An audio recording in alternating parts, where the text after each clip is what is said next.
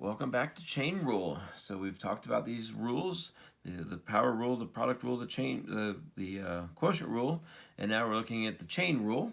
We could call this maybe day 2. We will spend several days again on chain rule just because I want you to step you through it and see all the different aspects of what we could see with the chain rule. So today is not going to be miserably different than our first day. We're just going to throw in some addition things and maybe some negative exponents and some fractions to talk about how we could clean up and we don't necessarily have to worry about a quotient rule maybe. So recall the derivative, if we're given h of x is a function to an exponent, then we're going to look at the derivative being multiplying the exponent to the front. The function stays the same, decreasing the exponent by 1, and then multiplying it by the derivative of the inside. So here we want to find the derivative. Notice f of x is two functions being added together. Both of those are going to be to a different exponent. So the way I would attack this problem is by finding the derivative of each individual part.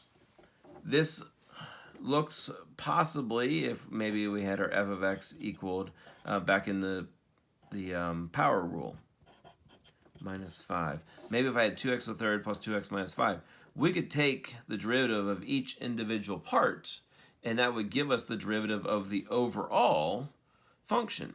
Same thing's going to happen here. Since we have that plus sign in between it, we can treat these as two separate functions and finding the derivative of each individual function and then adding those two derivatives together to give us our final derivative. So what is that going to look like? We're going to bring our exponent to the front. So we have our 2. Again, our exponent or our quantity does not change. Decrease the exponent by 1, then derivative of the inside. To that we're going to add, bring our 4, our exponent to the front, then our 2x minus 3 to the third times 2. I'm going to ask that we clean this up slightly, see what we can do with it. We have 2 times 3, that gives us 6, doesn't it? 3x plus 1. To that, we have 4 times 2, which is 8, and 2x minus 3 to the third. At this point, there's not a whole lot we can do with it. I, again, am not going to ask you to multiply a binomial to the third out. If it was squared, yeah, I could expect that. There's no problem with that. But to the third, we just get into too much math and too many places that we can make an error. Ultimately, we're going to be looking for other things with these. So we're going to leave it at this point. What you could do, if you want it, we could factor out a GCF out of our 6 and our 8, which would be 2. I don't know. I think it maybe makes it look a little nastier, if you ask me. But some people may say, hey, that's more simplified looking. I guess maybe we throw brackets in, it looks more simplified. So again, I would leave it as that second part, and we go on. Eventually, we're going to do other things with this, finding equations of tangent lines, so on and so forth. Derivative, then, of our second example here, f prime of x. Again, we're adding two different functions together, so I'm going to go ahead and find the derivative of each individual part. 3 times root of negative 2 gives us negative 6. 3x plus 1 to the second times the derivative of the inside, which is 3, plus 2 times 2 gives us 4. X minus 2 stays to the first. Here, we can go ahead and clean this up. We get negative 18. 3x plus 1 squared, I definitely expect that you can square that out. That being squared is 9x squared plus 6x plus 1. And to that we can distribute our 4x minus 8. Again, if you forget how to square out 3x plus 1 squared, come off to the side, 3x plus 1 times 3x plus 1, and distribute your 3x, distribute your 1, add like terms. Here we're going to go ahead and multiply. We're going to take negative 18 and we're going to multiply it to 9. And we get a negative 162 x squared. We're going to take 18 and multiply it by 6. And we're going to get a negative 108x. Negative 18 times 1 gives us a negative 18. Again, plus 4x minus 8, bringing those along. Adding like terms, we get a negative 162 x squared. Negative 108x plus 4 gives us a negative 104x. And negative 18 minus 8 gives us a negative 26. And that would be where I would leave that answer. Again, we could go ahead and take out a negative. Looks like all three are negative. Also, looks like 2 would be a common factor. So we could, might as well, why not? We have time, right? Factor out a negative 2, we get 81x squared plus a 52x plus a 13. And a lot of people would say, hey, that does look a little nicer, a little cleaner.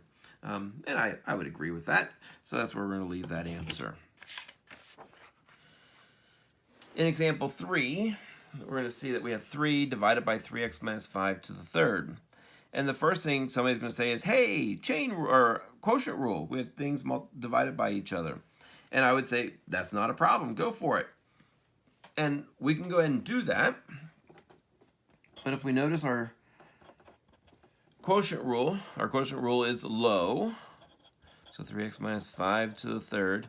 D high, derivative of 3 and derivative of any constant is 0. Minus high, D low. 3x minus 5. Oh, I forgot my 2. We're going to multiply that by a 2, aren't we? To a 3. And then 2 to the second times the derivative of the inside, which is 3.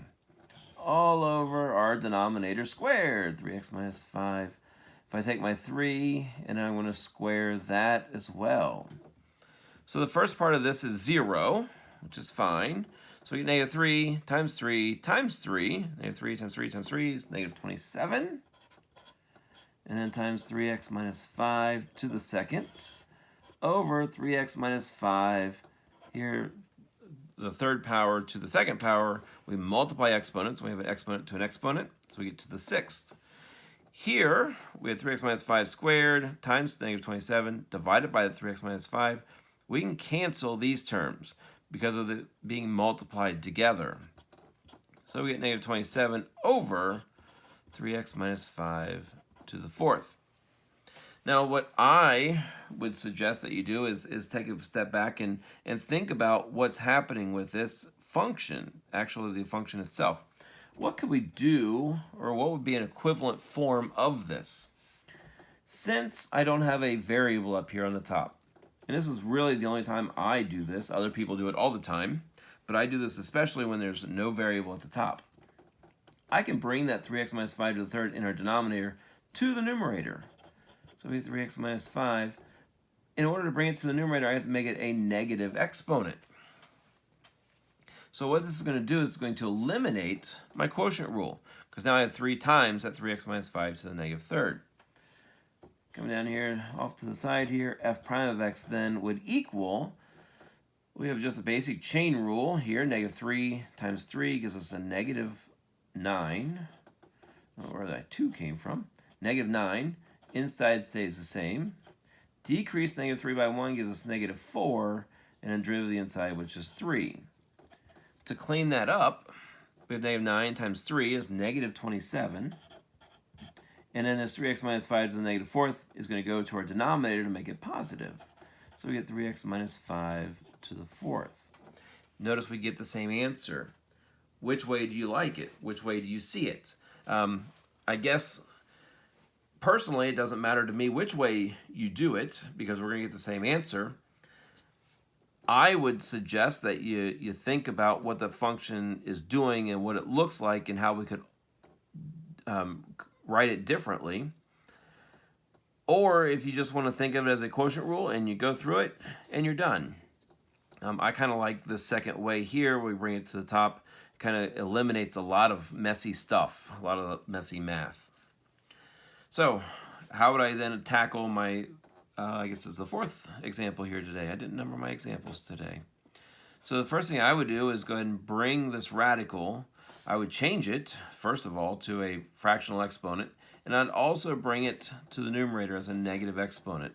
So I get negative 2, since there's no variable with that 2. So I get negative 2, then x squared plus 2 to the negative 3/4. Recall, our numerator is going to be the 3, the exponent of the quantity, and our index becomes the denominator for our fractional exponent. So I can go into my derivative. Negative 3/4 times negative 2 gives us 6/4. If you want to make that 3/2, I completely understand, and I would hopefully believe that most of you will do that. Inside stays the same as x squared plus 2 Decreasing negative 3/4 by 1 gives us negative 7/4. And then derivative of the quantity of the inside there, 2x. Cleaning this up, we have 6 times 2x gives us 12x over our 4, which is already part of our denominator, but then we're going to bring this negative exponent to the denominator, which is x squared plus 2 to the 7/4. 12x divided by 4, since this is 4 times this, we can definitely clean up and cancel common terms, common factors. 12 divided by 4 is 3, so we get 3x over x squared plus 2 to the 7/4. And that gives us our derivative. Last but not least, our 5th example of the afternoon, evening, morning, whichever way case it may be for you. Again, we have a quantity to an exponent, so we're going to have that negative 3. Inside stays the same already. And then we decrease the exponent by 1. And then derivative of the inside, 2 times 3 gives us 6x squared plus 4. We're going to make that negative exponent positive, so we get negative 3. We get a 6x squared plus 4 divided by 2x to the third plus 4x minus 5 to the 4th. You probably will see that 6x and that 4 being factored. We can take a 2 out, so we're going to see maybe a negative 6 times. Taking that out, we get 3x squared plus 2 over that denominator there. The 2x to the third plus 4x minus 5 to the 4th. And that's going to give us some more examples of chain rule. Not a big step from what we did yesterday. However, a little addition to some things that we saw yesterday. Good luck with the chain rule today.